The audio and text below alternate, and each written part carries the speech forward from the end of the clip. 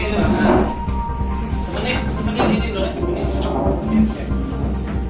Kali ya. Ini benar kamu yang telah melakukan pencurian itu. Benar. Ini di mana posisi HP? Bagian belakang kiri. Itu korbannya perempuan atau laki-laki? Perempuan. Untuk apa Jamret? Enggak. Untuk apa? Jambret. Kalau udah ada hasil untuk apa? Bayar utang. Utang apa enggak? Poker. Utang untuk apa? Dan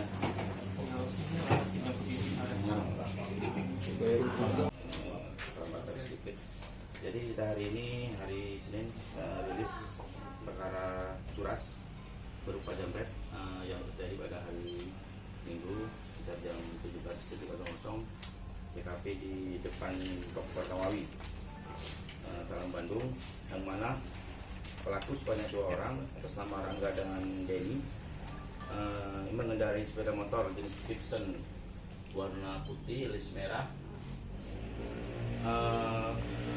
telah melakukan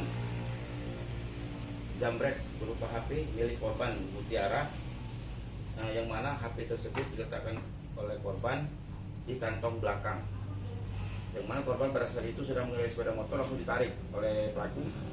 Yang menarik HP ini adalah saudara Denny, yang mana Denny pada saat itu yang membawa motor, dia juga yang menarik HP ini di belakang korban, lalu HP ini diserahkannya kepada si Rangga yang duduk di belakang.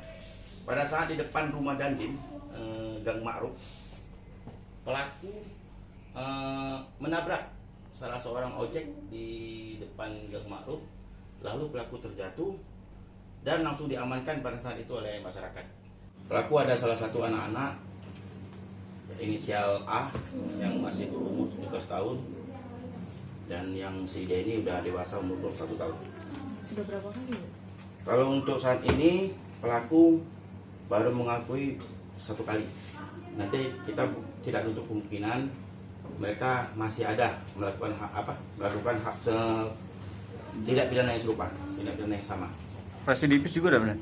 Kalau yang si A memang pernah terjerat hukum masalah 351. Waktu itu dia masih sekolah, terus kita damaikan.